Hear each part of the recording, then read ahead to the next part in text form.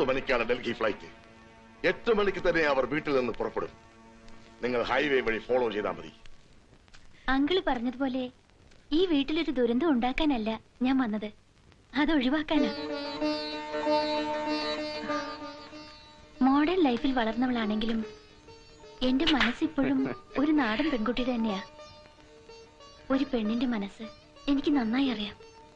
ഞാൻ പോകുന്നതിന് മുൻപ് നിങ്ങൾ ഒന്നു ചേരണമെന്നേ ഞാൻ ആഗ്രഹിച്ചുള്ളൂ.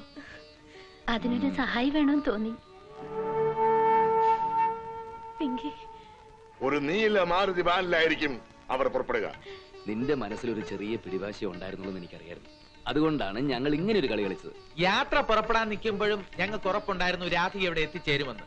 ഈ ഫ്ലൈറ്റ് ടിക്കറ്റ് തന്നെ ജയന്റെയും രാധികയുടെയും പേരില. അന്ന് നടക്കാതെ പോയ ഹണിമൂൺ ട്രിപ്പിന് പകരമുള്ള ടിക്കറ്റ്.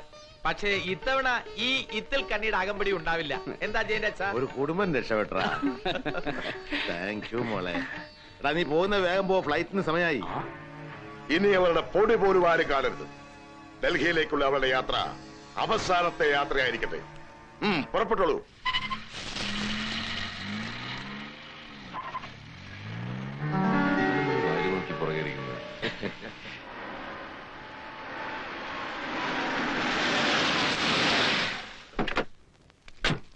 എന്റെ മോളവിടെ?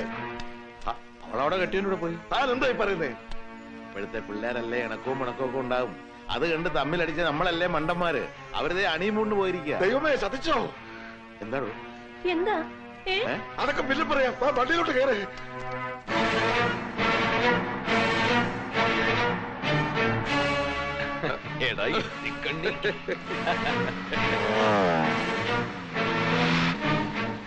ഒന്ന് വേഗം വിടൂ. അവരെ കാണുന്നില്ലല്ലോ.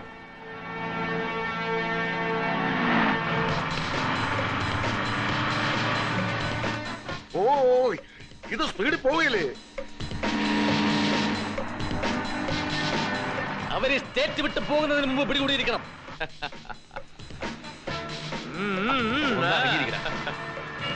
സ്റ്റേറ്റ് വിട്ടാലും അവർ രക്ഷപ്പെടാൻ പോകുന്നില്ല. ഞാൻ ഈ സിറ്റി മുഴുവൻ മെസ്സേജ് പാസ് ചെയ്തിട്ടുണ്ട്.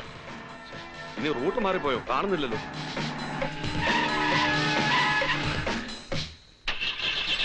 എന്താ എന്ത് പറ്റി ജയ? ബ്രേക്ക് ഡൗൺ ആയെന്ന് തോന്നുന്നു.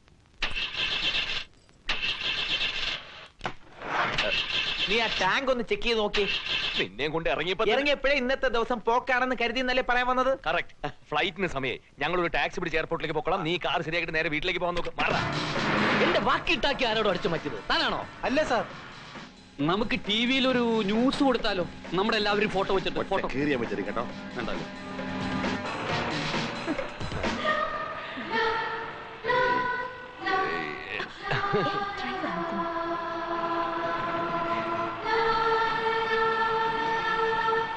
എന്താ? അയ്യോ, ടിക്കറ്റ് എടുത്തില്ല. അത് അവന്റെ കയ്യിലായി പോയില്ല. വണ്ടി തിരിച്ചു വിടറോ. വണ്ടിക്ക് നിക്കാൻ കണ്ട ഒരു സമയം. അല്ല, ഉണ്ണിട്ടെന്താ ഇവിടെ? എയർപോർട്ടിൽ പോയില്ലേ? അവര് പോയി. ഈ വണ്ടി അയ്യോ ഇപ്പഴാ ഓർത്തത്. ടിക്കറ്റ് എന്റെ കയ്യില. നീ വണ്ടി തള്ളി തള്ളു. അതാ വണ്ടി. നന്നായിട്ട് തള്ളാൻ. അങ്ങോട്ട് തിരികെ. ഇത് എന്റെ വണ്ടി.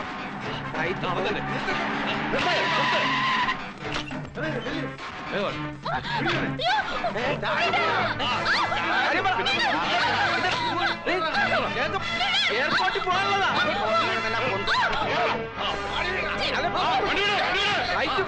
എന്റെ കൈ ധരിക്കുന്നു. ചവിട്ടി വരുന്നു.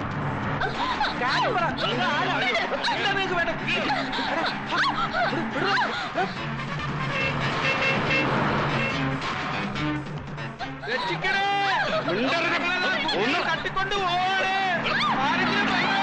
അയ്യോ, നമ്മുടെ ഉണ്ണിയല്ലത്. വണ്ടി തിരിച്ചു വിടറോ.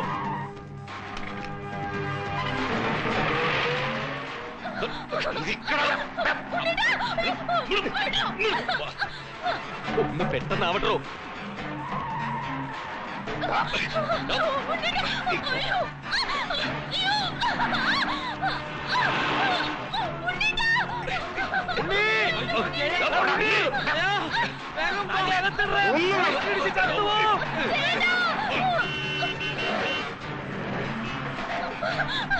വേഗം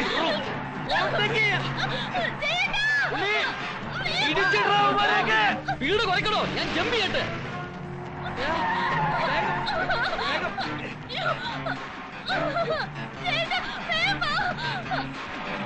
വേഗം വിടാൻ പറയാ.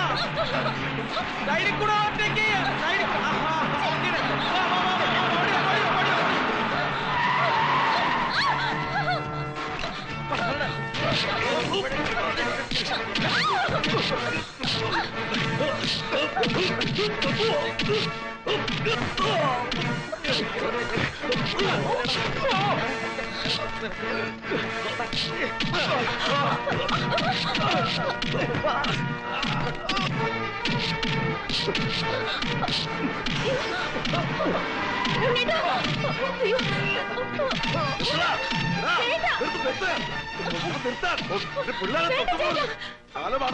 അബദ്ധം പറ്റിപ്പോയടാ.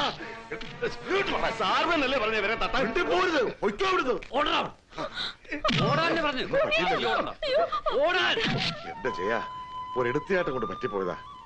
നിങ്ങൾ എല്ലാവരും എന്നോട് ക്ഷമിക്കണം. അങ്ങനെ ക്ഷമിക്കാൻ വരട്ടെ. IPC 301 മുതൽ 310 വരെയുള്ള വകുപ്പുകൾ പ്രകാരം സംഘം ചേരൽ, ഗൂഢാലോചന, വധശ്രമം, പ്രേരണ, kidnapping. Mister Unnithan, you are under arrest. ഓട്ടടാ പ്രദീപേ, ഏത് വിദ്വാൻ ഒരു ചെറിയ അബദ്ധമൊക്കെ പറ്റിയല്ലേ? അതുകൊണ്ട് വെറുതെ പറഞ്ഞോ അമ്മാവ? അങ്ങനെയല്ല, കാള പെട്ടെന്ന് കേട്ട ഉടനെ കയറെടുത്തതിന് ഒരു ചെറിയ ശിക്ഷ. ഗുഡ്.